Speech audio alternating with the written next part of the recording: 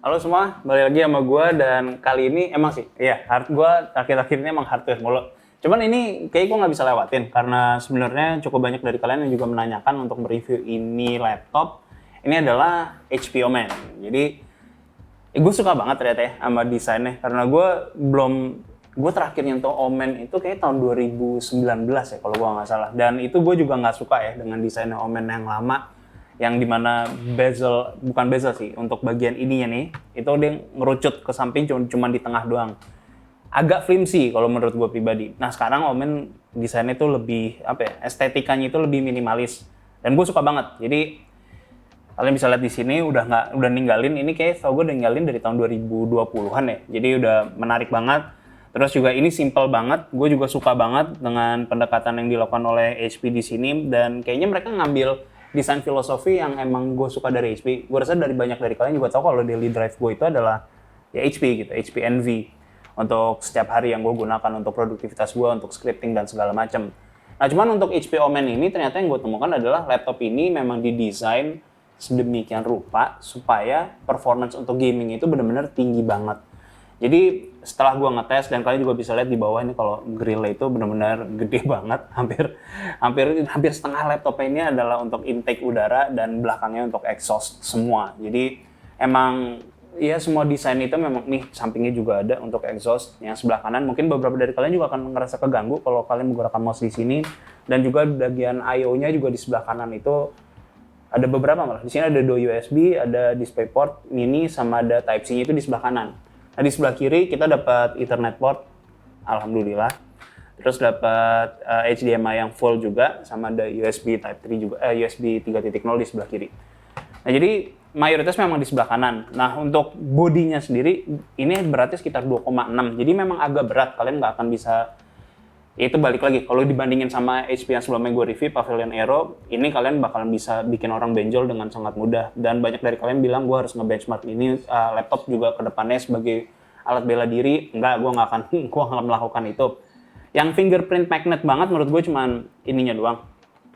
Dan ini tuh kayak gradiasi warna hijau sama biru ya, sama ungu sedikit. Jadi itu doang yang bikin laptopnya menurut gue sangat-sangat minimalis, desainnya juga sangat, ya buat gue sih, gue suka banget desain yang seperti ini. Gue udah mulai bosen dengan desain yang terlalu futuristik atau desain yang terlalu gamery banget. Nah ini yang ditawarkan oleh HP sekarang adalah desain yang simple banget, dan gue rasa kalau buat kalian kerja pun juga masih sangat-sangat nyaman. Dan gue rasa kalau di ruangan kantor atau di mana nggak kelihatan sebagai suatu laptop gaming, atau kalau kalian kuliah dan segala macam masih sesuai dengan HP yang productivity line up-nya. Nah untuk dari spesifikasi, gue nggak tahu ya SKU-nya itu, setahu gue yang di luar itu ada yang menggunakan 3070, sedangkan sisanya itu sama. Jadi yang di sini yang kita pegang adalah SKU yang menggunakan 3060. Nah untuk prosesornya kita menggunakan 5800H punyanya AMD. Terus untuk RAM kita mendapatkan 16GB DDR4 yang jalan di 3200 MHz. Terus untuk displaynya 1080, nits-nya untungnya udah di atas 300. Walaupun gue masih mengharapkan, ya HP gue mengharapkan ya mereka itu bisa merilis sesuatu yang di atas 400 nits. Tapi di sini kita mendapatkan 350 nits. Untuk sRGB-nya akurasinya 96%. Untuk frame rate atau refresh rate ini sampai 144 Hz. Jadi cukup ya untuk gaming ya. Jadi gue balikin lagi, ini memang difokuskan semua laptopnya itu untuk gaming. Kalau untuk produktivitasnya nanti akan gue bahas. Nah untuk storage-nya kita dikasih 1 TB SSD. Nah kenapa gue ngomongin khusus untuk gaming? Karena sebenarnya dari hasil benchmark-nya itu benar-benar tinggi banget performa gamingnya. Terutama kalau kita bandingkan dengan laptop-laptop lain yang menggunakan RTX 3060 juga. Ini berada paling tinggi. Bahkan untuk 1%-nya itu tinggi banget. Dan untuk single core si 5800H-nya, ini juga tinggi banget si HP Omen ini. Tentunya kalau kita mikirin itu semua, ya berarti ada pengorbanannya dong Son. Ya benar, ada pengorbanan di mana CPU itu cukup tinggi memang. Average-nya yang gue dapetin tuh 90 derajat Celcius untuk di CPU-nya. Kalau gue ngerjain semua productivity gue yang hanya menggunakan CPU-nya doang. Ya kalau di V-Ray, kalau gue nggak menggunakan 3060-nya, CPU itu bisa sampai 95 derajat. Dan itu adalah menurut gue hal yang sebenarnya kalian sebenarnya nggak perlu takut juga, karena ya dia akan down clock sendiri. Cuman emang threshold-nya yang diberikan oleh HP itu adalah sampai 95 derajat. Jadi kalau dari AMD-nya sendiri yang gue tanya, mereka itu sebenarnya batas itu 105 derajat. Jadi ya memang masih ada room to play sedikit lah di situ. Mungkin bagi banyak orang yang takut kalau 95 ini bakalan damaging banget. menurut gue sih jangan terlalu takut. Karena ya memang ini udah didesain dan udah melalui proses research and development juga. Jadi 95 kalau kalian takut, ya memang pengorbanannya sebenarnya nggak usah terlalu takut, cuman memang suaranya jadi bisik, suara untuk fan-nya. Dan gue bisa tunjukin kepada kalian betapa bising suara fan-nya kalau full, dan gue rasa juga kalian nggak bakal nungguin renderan di depan monitor juga kan, atau di depan laptopnya kalian, kalau ya laptopnya kalian itu lagi ngerender suatu 3D animation gitu misalnya. Nah di sini gue kasih lihat contoh untuk suara fan-nya. Ini kalau di auto memang ya suaranya benar-benar sunyi, tapi kalau kalian full atau max-nya, gue nggak tahu ya kalian di sini bisa denger atau enggak. Nah ini dia mulai ramping up, fan-nya itu sampai sekarang udah di 4700 rpm, sekarang di 5200, 5600, sampai di 6000 untuk maksimum rpm-nya dia. Nah ini suaranya cukup bising ya. Nah ini kalau kalian merender animasi dan segala macam, ini adalah suara fan yang bisa kalian ekspektasikan untuk suara si laptopnya. Bahkan untuk gaming nggak sampai sekencang ini. Jadi kalau kalian ngomongin productivity, memang ini. Nah cuman ini sekarang kalian masih mikir kalau ya kalau kalian mentingin untuk gaming kok, gue rasa ini akan benar-benar satu laptop yang benar-benar nyaman banget buat kalian kalau kalian colok ke monitor dan segala macam. Cuma kalau untuk productivity, kalian gue rasa harus meninggalkan ini laptop kalau untuk merender lama karena memang cukup bising suaranya. Dan untuk performa yang kalian dapatkan juga memang lebih ditujukan untuk gaming. Jadi kalau kalian lebih berat ke arah gaming dan kalian misalnya porsi merender kalian nggak terlalu banyak, gue rasa ini adalah laptop yang benar-benar cocok buat kalian. Nah, dengan suhu yang seperti ini mungkin kalian mikir, lah terus berarti panas banget dong laptopnya. Ternyata sih enggak ya, karena kita biasanya kan menggunakan di WASD. Di WASD-nya ini nggak terlalu panas. Jadi panas itu justru di sebelah kanan dari keyboardnya.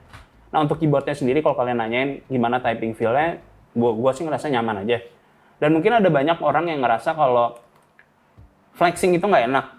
Cuman gue semakin ke arah ke sini ya, gue mengharapkan kalau memang ada flexing sedikit sih. Gue nggak pengen ngetik itu terlalu stiff pada saat ngetik lama. Nah di sini juga ada flexingnya, cuman agak sedikit. Nanti akan dilatih di sini. Ya harusnya si David nge-shoot sini sekarang.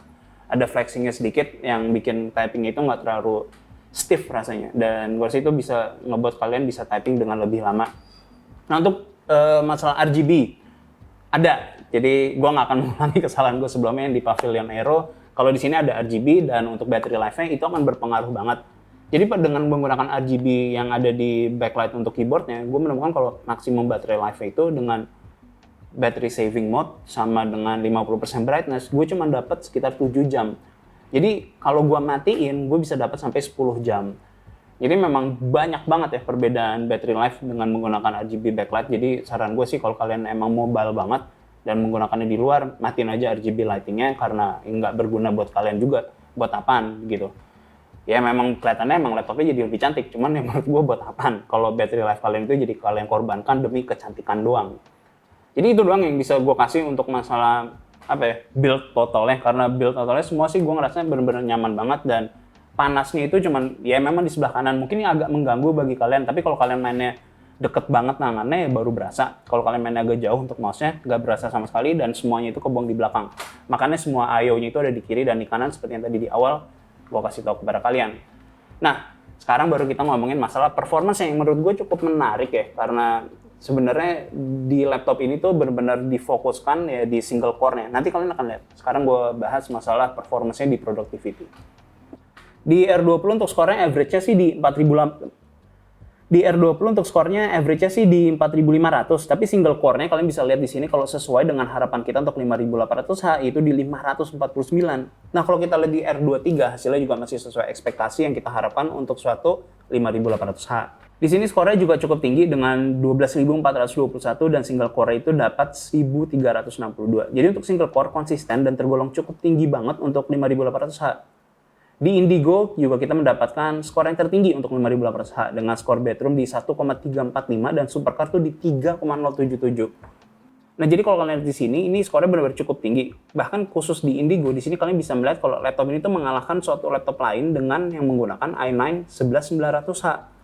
Nah, terakhir untuk performanya untuk merender di V-Ray, kemampuannya juga masih tinggi dengan menempati klasemen tertinggi untuk laptop yang menggunakan 5.800H.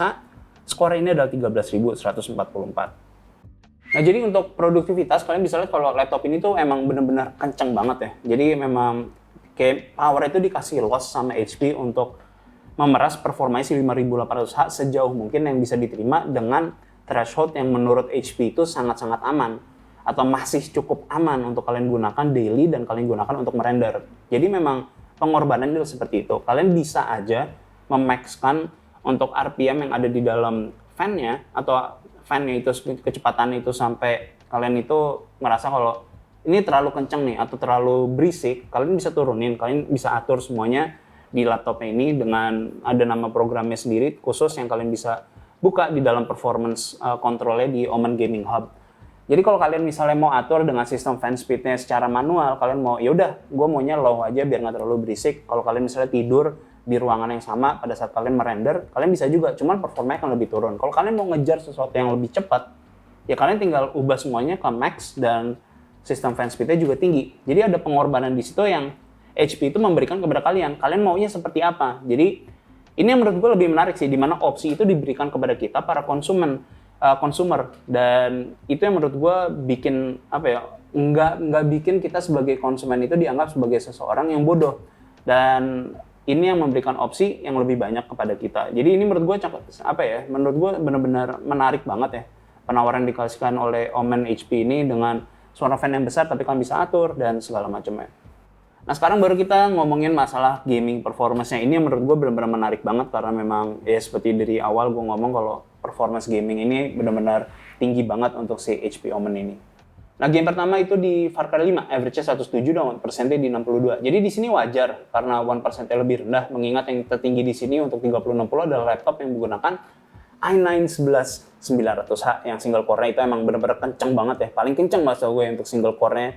Dan tapi kalau kita ngomongin average-nya masih sesuai ekspektasi dengan menggunakan 3060-nya. Game kedua ini ada AC Valhalla, average-nya 65 FPS dan 5%-nya di 52. Di sini menunjukkan kalau menggunakan 5800H emang cukup ideal di game ini. Dengan 1% itu benar-benar tinggi banget. Dan average-nya juga udah enak banget di atas 60 FPS. Jadi sejauh ini belum ada game yang bikin ini laptop nggak kuat mencapai game-game untuk sampai 60 FPS. Game terberat selanjutnya adalah Watch Dogs Legion dan average-nya ini masih 71 dan 1% di 47. Jadi ya kelihatan kayak bukan game yang cukup berat Watch Dogs Legion di laptop ini. Average ini udah di atas 60 dan 1%-nya juga tinggi banget di atas playable FPS yaitu 47 FPS. Jadi menurut gue ini ideal banget sebagai gaming laptop untuk game-game baru. Kita lanjut ke Shadow of the Tomb Raider, average-nya 113 dan 1%-nya di 84. Di sini menunjukkan performa yang benar-benar tinggi banget, malah ngalahin RTX 2080 atau RX 6800M yang cuma pakai single rank untuk RAM-nya. Tapi tetap ini paling tinggi performanya dan juga 1%-nya tertinggi dibanding semua laptop yang pernah kita benchmark. Sekarang baru kita yang ke paling berat. Nah, ini adalah bisa dibilang Nemesis-nya yang bisa kita tes untuk mencapai 60 FPS atau enggak. Ini adalah Metro Exodus yang original version. Ini average-nya 58 dan 1%-nya 33. Jadi cuma di game ini doang yang nggak nyentuh 60 FPS, walaupun tipis banget, cuma 2 FPS lagi.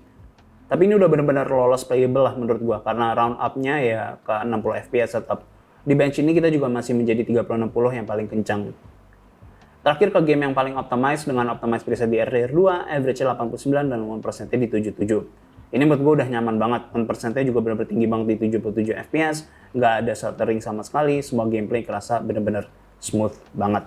Nah jadi kalian bisa lihat kalau ini si HP Omen 15 ini benar-benar ditujukan untuk kalian yang memang mengutamakan performa gamingnya, walaupun produktivitasnya juga kalian bisa harapkan sebenarnya dengan keperluan kalian itu mau produktivitas, mau ngerender video dengan bantuan 3060-nya kalau mau editing atau menggunakan DaVinci Resolve atau Premiere Pro atau kalian seorang 3D artist segala macam.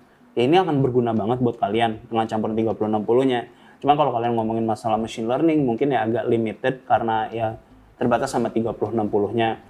Tapi selebihnya untuk produktivitas yang mayoritas sekarang banyak siswa atau banyak orang yang kerja, ini akan benar-benar functional banget bagi kalian dan nggak usah terlalu takut masalah suhunya juga. Itu bisa kalian atur dan nanti akan didongkok sendiri oleh ya si laptopnya ini sendiri. Jadi ambient kalian harus kalian perhatikan. Semakin tinggi ambient kalian ya suhunya atau clocknya akan semakin rendah. Semakin rendah ambient temp kalian, semakin tinggi clock.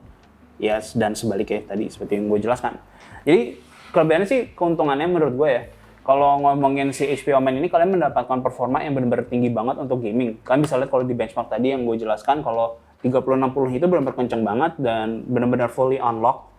Dan gue belum nemu 3060 yang lebih kenceng daripada ini laptop. Jadi memang penggunaannya sampai 100 watt ya untuk si HP Omen 15 ini di 3060-nya. Jadi itu doang yang bisa gue kasih reviewnya kepada kalian, dan overall menurut gue ini adalah laptop gaming yang benar-benar ya emang beneran laptop gaming gitu. Tujuan utamanya adalah untuk kalian yang lebih mementingkan performa gaming kalian dibandingkan misalnya untuk produktivitas. Karena kalau misalnya produktivitas kalian dalam seminggu kalian cuma ngerjain 3-4 video, dan mayoritas waktu kalian menggunakannya untuk main game, gue rasa ini jauh lebih worth it sih.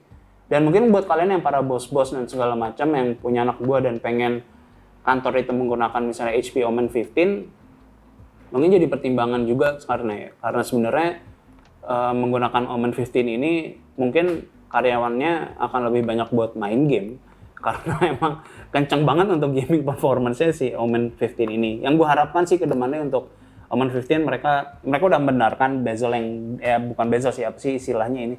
Ya pokoknya inilah yang bagian untuk ngetekuknya ini. Nah, jadi kalau mereka mau membenarkan, gue rasa sih gue mengharap Omen 15 ini bisa menggunakan resolusi yang lebih besar, bukan di 1080 lagi, dan gue harap mereka bisa balik ke 16 atau menggunakan 1610 untuk rasio displaynya, dan menggunakan misalnya display yang lebih berat atau lebih besar nitsnya dibandingkan 350. Tapi overall menurut gue dengan harga 22,5 juta, ini adalah salah satu gaming laptop yang price performance-nya sangat-sangat baik. Dan kalau kita ngeliat dari harga per FPS dengan harga yang ditawarkan, ini juga sangat-sangat menarik. Dan kalau kalian emang nggak bisa beli laptop atau nggak bisa bangun suatu PC, gue rasa ini jadi opsi yang menarik banget. Untuk CPU-nya juga udah benar-benar baik banget, dengan desktop juga udah 1:1 performanya. Maksud gue bukan 1:1, maksud gue untuk secara produktivitas, kalian udah bisa mengharapkan produktivitas kalian itu nggak turun terlalu jauh seperti zaman dulu. Untuk gaming memang ada perbedaan dibandingkan dengan 3060 yang dedicated GPU yang ada di desktop. Tapi kalau kalian melihat hasil benchmarknya seperti itu dan kalian nyaman, ya gue rasa ini menarik banget. Jadi sekian dari gue Sony, and see you guys next time.